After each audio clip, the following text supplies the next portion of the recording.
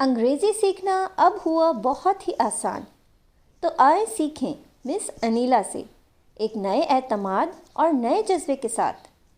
अल्फाज के माना हो या अल्फाज से जुमले बनाना, लिटरेचर हो या ग्रामर, अंग्रेज़ी लिखना हो या चाहे अंग्रेज़ी बोलना, ये सब सीखने के लिए एकेडमी अल किताब से मुंसलिक रहें और इसके लिए हमारे चैनल को सब्सक्राइब करें ताकि हर आने वाली नई अपडेट आप तक फ़ौरन पहुंचे। बिस्मिल्लाहिर्रहमानिर्रहीम। अस्सलामुअलैकुम। मैं अनीला अफजाल एकेडमी अल किताब की जानिब से आपके सामने हाजिर हूँ। जी, हम प्रोनाउन वाला चैप्टर ही कंटिन्यू करेंगे। आज हमने पिछली क्लास में रिफ्लेक्सिव प्रोनाउन तक पढ़ा था। आज हम एम्फेटिक प्रोनाउन पढ़ेंगे। दरअसल एम्फेटिक प्रोनाउन जो है ये रिफ्लेक्सिव प्रोनाउन की ही एक मॉडिफाइड किस्म है, जिसे मतलब when a reflexive pronoun is used to give emphasise on a particular pronoun और नाउन, यानी जब हम रिफ्लेक्सिव प्रोनाउन यूज़ कर रहे होते हैं तो ये उसका यूज़ हम उस वक्त करते हैं जब हमने किसी पर्टिकुलर नाउन या प्रोनाउन पर एम्फसाइज करना होता है। तो हैं वही वाले my self, him self, their self, your self, our self, वही वाले हैं जो हमने रिफ्लेक्सिव प्रोनाउन में यूज़ किए थे। तो अगर हमने रिफ्लेक्सिव प्रोनाउन को एम्फसाइज करने के लिए यूज़ करें तो वो हो जाता है एम्फेटिक प्रोनाउन। जैसे मैं कहूँ I myself finished this task. अगर मैं कहूँ I finished this task, I have finished this task myself, तो ये है रिफ्लेक्सिव प्रोनाउन। लेकिन अगर मैं कहूँ I myself finished this task, मैंने खुद ये टास्क कंप्लीट किया है। Sameer himself admitted his mistake, Sameer ने खुद, एम्फसाइज कहाँ पर है? समीर पर। समीर ने खुद अपनी मिस्टेक को एडमिट किया है। तो अगर हम नाउन या प्रोनाउन पर एम्फसाइज करना चाहते हैं और एम्फसाइज करने के लिए जब हम रिफ्लेक्सिव प्रोनाउन का यूज़ करेंगे तो वो हो जाएगा एम्फेटिक प्रोनाउन। ठीक है जी। उसके बाद हमारे पास आ जाता है जी रिलेटिव प्रोनाउन। ये डिस्क्राइबिंग वर्ड है और ये पर्सन, प्लेस, एनिमल, थिंग्स को डिस्क्राइब करता है।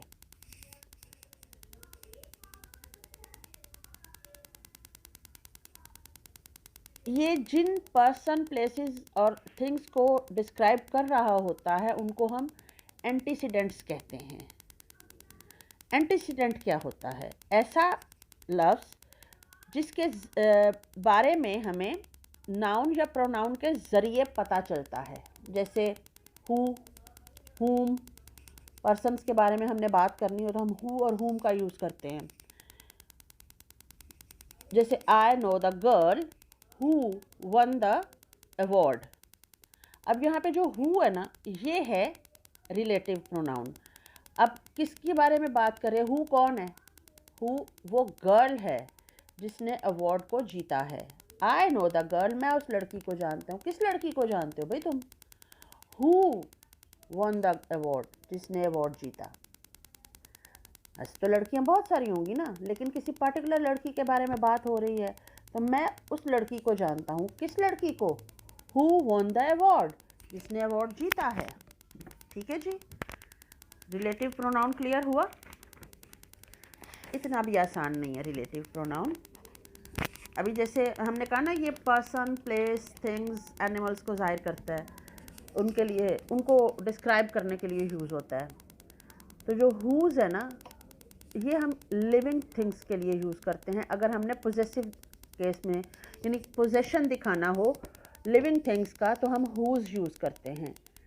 और इसी तरह नॉन लिविंग थिंग्स का भी पोजेशन दिखाना हो, सॉरी, नॉन लिविंग थिंग का पोजेशन नहीं, पोजेशन सिर्फ लिविंग थिंग्स का, और वैसे हम नॉन लिविंग थिंग्स के लिए भी इसको यूज़ करते हैं। जैसे I talked to the girl Whose car has broken down? मैंने उस लड़की से बात की, किस लड़की से? जिसकी गाड़ी खराब हो गई है। पोजेसिव नाउन है ना, पोजेशन दिखा रहे हैं, लड़की की गाड़ी। whose, जिसकी गाड़ी।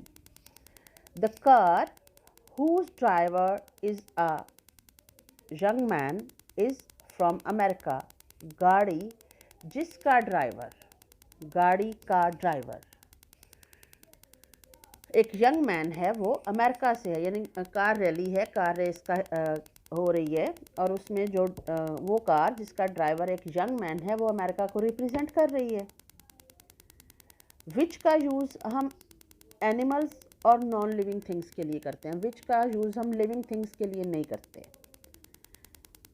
जैसे ही stole my pen which was gifted to me by my father, उसने मेरा पेन चुरा लिया। कौन सा pen? Which was gifted to me, जो मुझे गिफ्ट मिला था, बाय माई फादर, मेरे फादर की जानिब से। द डॉग, कुत्ता, एनिमल है।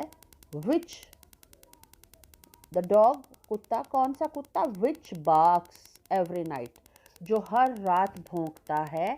Has been caught by the municipality workers, उसको म्यूनसिपैलिटी वर्कर्स ने पकड़ लिया है। उसके बाद है जी व्हाट और दैट। तो जब हमारा एंटीसीडेंट क्लियर ना हो, एंटीसीडेंट कौन है? जिसके बारे में हमें ये रिलेटिव प्रोनाउन से पता चल रहा है। तो जब हमारा एंटीसीडेंट क्लियर ना हो, ना या हो ही ना सिरे से, तो हम व्हाट लगा का यूज़ करते हैं। और अगर हमारा एंटीसीडेंट मौजूद है, क्लियर है, तो हम दैट का यूज़ करते हैं। अब देखिए एग्जाम्पल से मैं समझाने की कोशिश करती हूँ। What she said made me cry, उसने जो कहा उससे मुझे रोना आया। क्या कहा ये हमें पता नहीं, हमारा एंटीसीडेंट नहीं है, इसको एक्सीडेंट नहीं पढ़ना, एंटीसीडेंट, हमारा एंटीसीडेंट नहीं है। तो हमने क्या कर दिया? what लगा दिया। हमें नहीं पता उसने क्या कहा था, तो what she said made me cry, उसने जो भी कहा उससे मुझे रोना आ गया। We cannot give you what you need, जो तुम मांग रहे हो वो हम तुम्हें नहीं दे सकते। अभी हमें क्लियर नहीं है कि वो क्या मांग रहा है, लेकिन कुछ मांग तो रहा है। तो इसलिए यहाँ पे क्योंकि हमारा एंटीसीडेंट क्लियर नहीं है, तो हम यहाँ पर व्हाट लगाएंगे। ओके, आगे देखते हैं दैट का एक example. I saw a costly watch, मैंने एक कॉस्टली वॉच देखी। दैट, जो के, अब देखिए वॉच क्लियरली हमारा एंटीसीडेंट मौजूद है। That I want to gift him, जो कि मैं उसे गिफ्ट करना चाहती हूँ। आई सॉ कॉस्टली वॉच, मैंने एक महंगी घड़ी देखी। कौन सी महंगी घड़ी और किस लिए देखी? तो that I want to gift him, जो कि मैं उसे गिफ्ट करना चाहती हूँ। क्लियर? हमारा एंटीसीडेंट नहीं है तो व्हाट लगेगा, अगर हमारा एंटीसीडेंट है तो दैट लगेगा। Like the boy and the monkey that entertained the public have become popular. लड़का और उसका मंकी, कौन सा लड़का और कौन सा monkey? That entertained the public, जो कि पब्लिक को एंटरटेन कर रहे थे, have become popular, वो पॉपुलर हो गए हैं। क्लियर हो गया जी? हमारा relative pronoun who, whose, which, what, that, इस टाइप के जो वर्ड्स हैं वो रिलेटिव प्रोनाउन हैं, और उनका यूज़ भी हमने समझ लिया है। उसके बाद हमारे पास आता है जी डेमोन्स्ट्रेटिव प्रोनाउन। ये पॉइंट आउट करता है, डेमोन्स्ट्रेट, करके कुछ दिखाना। जब हम किसी चीज़ की तरफ इशारा करते हैं, पॉइंट करते हैं, तो उस प्रोनाउन को हम डेमोन्स्ट्रेटिव प्रोनाउन कहते हैं। जैसे this, that, these, those. This is a present from my aunt. Those books are mine. These clothes are mine. Clear? उसके बाद है जी हमारे पास इंट्रोगेटिव प्रोनाउन, सवालिया प्रोनाउन। नाम से ही पता चल रहा है, वही WH फैमिली याद है ना आपको? What, whose, which, who, where, whom, why, ये वाले जो अल्फाज हैं जो हम सवाल पूछने के लिए इस्तेमाल करते हैं वो कहलाते हैं इंट्रोगेटिव प्रोनाउन। ठीक है जी। अब हमारे पास आ जाता है जी indefinite pronoun. These words don't tell about a person or a thing in a particular way, but in a general way. यानी ये वो वर्ड्स हैं जो कि किसी भी प्रोनाउन के बारे में पर्टिकुलरली कुछ नहीं बताते, लेकिन ये जनरल वे में बात करते हैं। जैसे हम कहते हैं ना, मैं जनरल वे में बात कर रही थी, मैंने तो जनरली कहा था, मैंने तो जनरल बात की थी, मैंने किसी को पॉइंट आउट नहीं किया था। कहते हैं कि जो करोगे वो भरोगे। अब ये कौन कहते हैं ये किसी को नहीं पता। किसी ने कहा है कि every dog has his day, कि हर कुत्ते का दिन आता है। तो किसने कहा है ये भी किसी को नहीं पता। कहते हैं ग्रीड इज़ अ कर्स, लालच बुरी बला है। किसने कहा है नहीं पता। तो इस तरह वाले जो है ना वर्ड्स जो जनरली बयान किए जाते हैं वो इंडेफिनिट प्रोनाउन कहलाते हैं। यानी इंडेफिनिट क्या है, जो डेफिनेट नहीं है। तो ये जो इंडेफिनिट प्रोनाउन है ये जनरल वे में बात करनी हो तो हम इनका यूज़ करते हैं। जैसे none, one, all, some, anybody, somebody, anyone, both, few, many. इस तरह के जो वर्ड्स हैं ये इंडेफिनिट प्रोनाउन कहलाते हैं। Someone has stolen my watch, किसी ने मेरी घड़ी चुरा ली। अब किसी कौन है नहीं पता। ऑल आर सिटिंग, सब बैठे हैं। अब ऑल में कौन कौन है, नजमा है, हमज़ा है, सलमा है, जैद है, बकर है, कोई भी एक्स वाई जेड है, लेकिन जो भी है वो बैठे हुए हैं। जनरल वे में बता दिया कि जैसे रूम में जाओ देखो क्या कर रहे हैं, कौन कौन है रूम में ये भी नहीं क्लियर, कितने लोग हैं ये भी नहीं पता, और मैं वापस आके कहती हूँ ऑल आर सिटिंग, सब बैठे हुए हैं। क्लियर। अब है जी हमारे पास distributive pronoun. These words refer persons और things one at a time, यानी लोगों में से या चीज़ों में से किसी एक चीज़ को बयान करना हो तो फिर हम डिस्ट्रीब्यूटिव प्रोनाउन यूज़ करते हैं।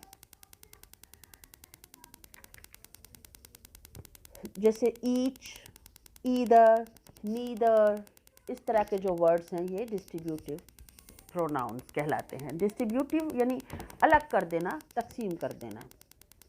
जैसे either these two boys will win, इन दो लड़कों में से कोई एक जीतेगा। यानी ईदर का मतलब होता है या ये। तो either these two boys will win, इन दोनों लड़कों में से या तो ये जीतेगा या तो फिर ये जीतेगा।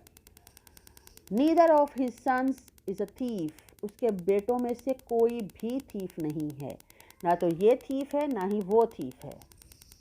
Each of these boys deserve a reward, इन लड़कों में से हर एक को रिवॉर्ड मिलना चाहिए।